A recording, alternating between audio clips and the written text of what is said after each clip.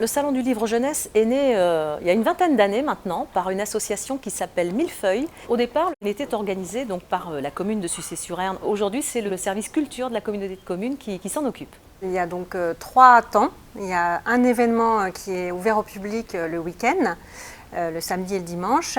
Il y a également donc 2 jours qui se déroulent dans les établissements scolaires les jeudis et vendredis qui précèdent, où les auteurs invités vont rencontrer les classes.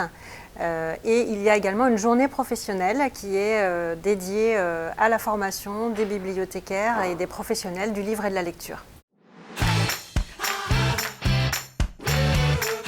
C'est, comme son nom l'indique, un parcours, c'est-à-dire que sur toute la scolarité des élèves, de la petite section jusqu'à la terminale, il est attendu qu'ils puissent à la fois rencontrer les arts, mais aussi les pratiquer.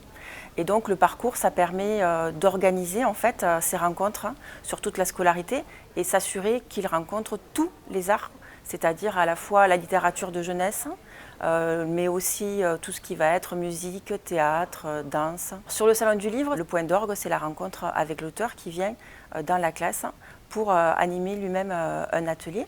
Donc c'est quelque chose de complet puisqu'il y a à la fois la rencontre, la pratique et le contact avec un artiste, tout ça sur une année scolaire. Chaque année, on a beaucoup de demandes.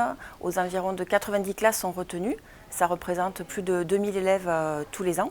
Mais ça rejaillit aussi sur tout le territoire, puisque les familles sont associées par le biais de l'exposition scolaire qui ouvre chaque année le salon et qui permet aux familles à la fois de venir voir le travail fait dans les classes, mais aussi de rencontrer les artistes et les illustrateurs à travers les dédicaces.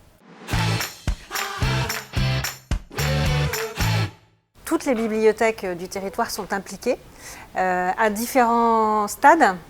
Tout d'abord, elles construisent elles-mêmes un programme d'animation qui se déroule dans leur lieu.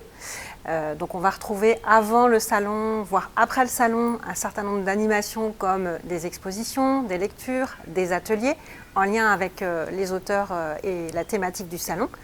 Elles vont proposer également des accueils de classe. Et les bibliothécaires vont également être présents pendant le temps fort du week-end et proposer des ateliers. C'est ce qu'on appelle le bibliosalon.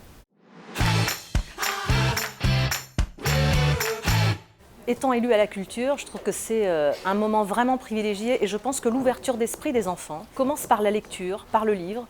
Donc le fait de pouvoir offrir ça aux enfants, je trouve que ça leur donne un bon démarrage dans la vie. C'est un moment très festif. À la fois dans les classes et puis sur le territoire, ça crée de l'émulation.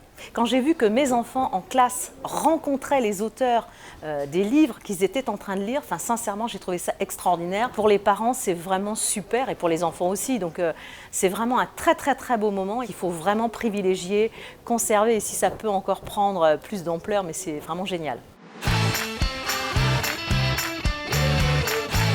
La 19e édition se déroulera du 30 mars au 2 avril avec une thématique qui est d'un monde à l'autre. Donc c'est une thématique qui va permettre de voyager à travers la littérature jeunesse, de découvrir différentes cultures, différentes langues.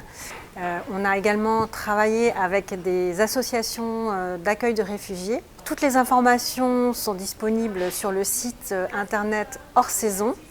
Les actualités sur la page Facebook du salon. Il y a des inscriptions sur certaines animations, mais l'entrée est gratuite.